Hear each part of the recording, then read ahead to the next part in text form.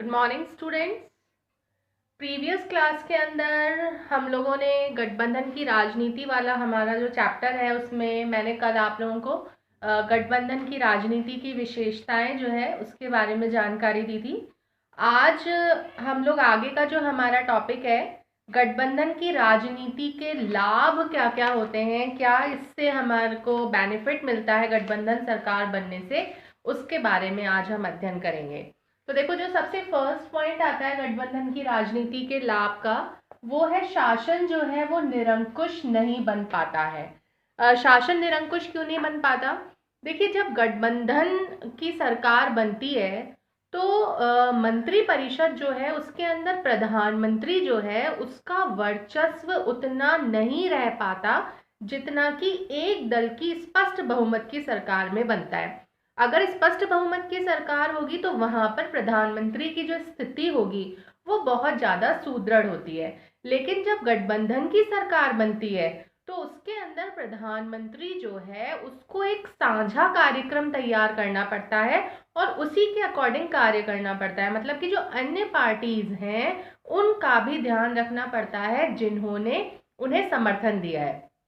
और जो मंत्री परिषद होती है वो अगर ये सोचे कि वो मनमाने तरीके से कोई भी कार्य कर ले तो वो मनमाने तरीके से कोई भी कार्य जो है वो नहीं कर सकती है, क्योंकि गठबंधन के अंदर जो भी दल शामिल होंगे उन सभी दलों की जो भी नीतियां हैं, जो भी सिद्धांत हैं, उनका ध्यान जो है वो रखना आवश्यक होगा। तो कहने का तात्पर्य यहाँ पर यही है कि गठबंधन सरकार होने के कारण से शासन जो है वो अपनी मनमर्जी नहीं कर पाता है, वो निरंकुश नहीं हो सकता है। ठीक है। नेक्स्ट जो सेकंड पॉइंट है वो है अधिक योग्य लोगों की योगदान का देश जो है उसको लाभ प्राप्त होता है। देखो, अगर एक दल की सरकार बनेगी तो एक दल की सरकार के अंदर क्या करना पड़ेगा, उस दल के जो लोग हैं उन्हीं को ही मंत्री पद जो है वो देना पड़ेगा। ऐसी स्थिति में हो सकता है कि जिन लोगों को या मंत्रिमंडल के अंदर, एक दल के अगर मंत्रिमंडल के निर्माण में हो सकता है कि सारे व्यक्ति जो है वो योग्य ना हो, या फिर ये भी हो सकता है कि भाई दूसरे दल के अंदर अगर कोई योग्य व्यक्ति है तो उसका योगदान जो है या उसका जो लाभ है वो प्राप्त नहीं होगा सरकार को। लेकिन जब गठबंधन की स्थिति होती है या गठबंधन सरकार बनती है तो गठबंधन के अंदर शामिल जितने भी दल होते हैं उनके जो योग्य व्यक्ति होते हैं, जो योग्य लोग होते हैं, उनको मंत्रिपरिषद के अंदर स्थान दिया जाता है। जो भी योग्य व्यक्ति हैं या जो वरिष्ठ व्यक्ति होते हैं उनकी योग्यताएं जो होती हैं, उनका लाभ जो होता है वो पूरे देश को प्राप्त होता है। तो कहने का तात्पर्य यह है कि मंत्री परिषद जो है उसके गठन का जो दायरा होता है वो बहुत बढ़ जाता है और जो योग्य लोग होते हैं उनको मंत्री परिषद जो है उसके अंदर स्थान मिलता है। तो कहने का तात्पर्य यहाँ पर यही है कि जब गठबंधन सरकार बनती है तो अधिक योग्य व्यक्ति जो होते हैं वो मंत्रिमंडल के अंदर शामिल होते हैं, जिसका लाभ पूरे देश को प्राप्त होता है। ठीक है। जो थर्ड पॉइंट आता है इसका वो आता है व्यापक जन समर्थन। देखो, जनमत का जो समर्थन होता है वो एक दल के मंत्रिमंडल के बजाय गठबंधन मंत्रिमंडल जब बनेगा तो उसके अंदर जनमत का समर्थन जो है उसका दायरा भी क्या होगा, बड़ा होगा, क्योंकि गठबंधन के अंदर शामिल जितनी भी पॉलिटिकल पार्टीज है उनकी संख्या क्या है, ज्यादा है। एक की तुलना में गठबंधन के अंदर तो दो या दो से अधिक पार्टी शामिल होती हैं, तो उन सभी पार्टीज को जनता का समर्थन मिला होता है। जो भी जीत रही है वो जनता का अधिक समर्थन प्राप्त करके आई है। तो कहने का मतलब ये है कि सरकार की जो स्वीकार्यता है वो भी इससे अधिक बढ़ जाती है गठबंधन से। ठीक है। नेक्स्ट जो पॉइंट है वो है सशक्त विपक्ष का निर्माण होता है। देखो, गठबंधन राजनीति जो होती है उसका एक इम्पॉर्टेंट लाभ जो है वो ये भी है कि राजनीतिक दल जो हैं वो सत्तारूढ़ दल, जिस मतलब जो सत्ता में है उस सत्तारूढ़ दल का उतना प्रभावशाली तरीके से विरोध नहीं कर सकते हैं जितना कि कई दलों से मिलकर के बना हुआ जो गठबंधन है वो कर सकता है। देखो, जैसे कि इसका एक उदाहरण है, जब यूपीए गठबंधन की सरकार थी तब आप देखोगे कि एनडीए जो गठबंधन था उसने प्रभावशाली ढंग से सरकार का प्रतिरोध किया और वो इतना सक्षम था कि वो यूपीए की जो मनमानी थी उसको रोकने के अंदर भी बहुत ही कारगर सिद्ध हुआ था या बहुत अधिक सक्षम था। तो अब अगर आप देखो कि अभी एनडीए की सरकार है, तो एनडीए की सरकार है, तो जो यूपीए का गठबंधन है वो सरकार की जो मनमानी है उसको प्रभावशाली ढंग से रोक सकता है। ठीक है। और जो लास्ट पॉइंट है इसका वो है अतिवाद से मुक्ति।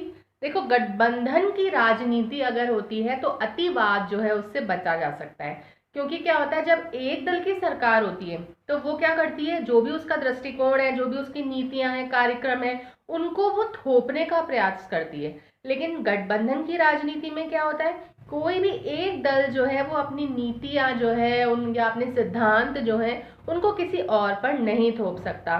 क्यों? क्योंकि गठबंधन के अंदर क्या होता है, अन्य अनेक पार्टियां जो है वो शामिल होती हैं, तो अगर वो उनके अकॉर्डिंग नहीं चलेगा तो वो उन नीतियों का विरोध भी कर सकती हैं। तो हमेशा मध्य रास्ता जो है वो ही निकाला जाता है। तो इस प्रकार से ये गठबंधन की राजनीति के कुछ लाभ हैं। अब इसके साथ साथ कुछ आता है, इसके नकारात्मक पहलू भी हैं। देखो, इसके सकारात्मक प्रभाव होने के साथ साथ इसके कुछ नकारात्मक पॉइंट्स भी हैं, जिनके अंदर सबसे फर्स्ट पॉइंट जो आता है वो आता है अस्थायी सरकार का निर्माण। अस्थायी सरकारों का निर्माण। इसमें क्या है, देखो, गठबंधन के अंदर शामिल जो दल होते हैं वो क्या करते हैं, अपनी हानि को देखिए, गठबंधन सरकार कब बनेगी, जब अन्य पार्टियां जो हैं वो अपना समर्थन जो बड़े दल को अगर वो देती हैं तभी गठबंधन की सरकार बनती है। मतलब गठबंधन सरकार जो है वो दूसरे दलों के समर्थन पर आधारित होती है। लेकिन अगर कहीं पर भी पॉलिटिकल पार्टी जिन्होंने अपना समर्थन दिया है उनको लगता है कि वो हानि की स्थिति में आ रहे हैं या वो संतुष्ट नहीं होते हैं, तो वो कभी भी अपना समर्थन जो है वो वापस ले सकते हैं। और अगर उन्होंने अपना समर्थन वापस ले लिया तो वो सरकार जो होती है वो अल्पमत में आ जाती है और दोबारा से गिर जाती है। तो कहने का मतलब ये है कि गठबंधन सरकारें जो होती हैं वो बिल्कुल अस्थायी होती हैं, क्योंकि कभी भी समर्थन देने वाली पार्टियां अपना समर्थन वापस ले लेंगी, और अगर वापस ले लेंगी तो वो सरकार जो है वो गिर जाएगी। ठीक है। सेकंड जो है वो है सामूहिक उत्तरदायित्व के सिद्धांत का कमजोर होना। सामूहिक उत्तरदायित्व के सिद्धांत का कमजोर होना, ये इसका नेक्स्ट पॉइंट है। इसमें क्या होता है, क्योंकि देखो आपको पता है गठबंधन के अंदर अलग अलग पार्टीज के लीडर शामिल होते हैं जिनकी विचारधाराएं भी क्या होती हैं, अलग अलग होती हैं। अब अलग अलग विचारधारा के लोगों को एक सूत्र के अंदर पिरोने का जो कार्य है वो बहुत ही कठिन होता है, और इसीलिए कई बार क्या होता है, गठबंधन के अंदर जो भी मतभेद चल रहे होते हैं आंतरिक रूप से मंत्रियों के बीच में, कई बार वो खुल करके सामने आ जाते हैं, और कई बार ये मतभेद जो होते हैं वो इतने ज्यादा आगे बढ़ जाते हैं कि वो टकराव का रूप ले लेते हैं, और इसका जो रिजल्ट होता है अप्रत्यक्ष रूप से वो नेतृत्व पर पड़ता है, उसकी कार्य क्षमता पर पड़ता है। ठीक है। नेक्स्ट जो है वो है कमजोर सरकार। सरकार जो है वो कैसी होती है, कमजोर होती है।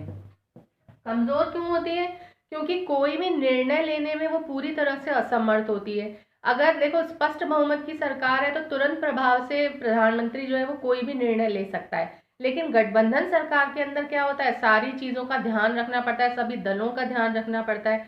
तो इसके अंदर जो सरकार है वो कैसी होती है, कमजोर होती है। और इसी का जो नेक्स्ट पॉइंट है वो भी इसी से रिलेटेड है कि प्रधानमंत्री जो है वो भी कमजोर होता है। क्यों? क्योंकि वो अपनी मनमर्जी से कोई भी कार्य नहीं कर सकता, उसको अन्य दल जो है उन पर डिपेंड रहना पड़ता है, उनके अकॉर्डिंग कार्य करना पड़ता है। तो अगर वो कोई निर्णय लेना चाहे तो वो अपनी मर्जी से कोई निर्णय नहीं ले सकता है। ठीक है। फिर इसमें जो क्षेत्रीय दल होते हैं उनका प्रभाव अधिक होता है, क्षेत्रीय दलों का अधिक प्रभाव होता है ना। राष्ट्र हितों की जगह क्षेत्रीय जो हित होते हैं उनको ज्यादा महत्व दिया जाता है, राष्ट्र की जो एकता होती है उसको खतरा पैदा होता है इससे। ठीक है। सरकार में स्थायित्व नहीं, वो मैंने आपको अभी बताया था। नेक्स्ट, राष्ट्रीय एकता जो है उसको नुकसान पहुंचता है, राष्ट्रीय एकता को नुकसान होता है। क्यों? क्योंकि क्षेत्रीय दल जो होते हैं वो अपने हितों को पूरा करवाने पर ज़्यादा जोर देते हैं, राष्ट्र के हितों के बारे में नहीं सोचते हैं। और सुदृढ़ विदेश नीति भी नहीं बन पाती है, क्योंकि प्रधानमंत्री अपनी इच्छा से, अपनी मर्जी से कोई भी निर्णय नहीं ले पाता है, उसको अन्य पर डिपेंड रहना पड़ता है। और कई बार अगर प्रधानमंत्री कुछ चाहता भी है तो वो अन्य मंत्री या अन्य जो गठबंधन में जिन्होंने समर्थन दिया है, अगर वो उससे सहमत नहीं होते हैं तो वो उस प्रक्रिया को आगे नहीं बढ़ा पाता। मतलब सरकार जो होती है वो किसी भी स्पष्ट नीति पर कार्य नहीं कर पाती है। तो इस प्रकार से ये इसके कुछ पॉइंट्स हैं जिससे हमें ये पता चलता है कि गठबंधन की राजनीति जो है उसका देश पर नकारात्मक प्रभाव जो है वो भी पड़ सकता है। तो इस प्रकार से ये आपका जो टॉपिक है वो यहीं पर एंड होता है। इसके बाद में सिर्फ इसके अंदर 3 प्रमुख धाराएं दे रखी है, जिसके अंदर एक एनडीए के बारे में है, एक यूपीए है, और जो तीसरी विचारधारा जो ना तो एनडीए के अंदर शामिल है और ना यूपीए के अंदर शामिल है। तो इस प्रकार से ये आपका चैप्टर जो है वो यहीं पर एंड होता है। Thank you.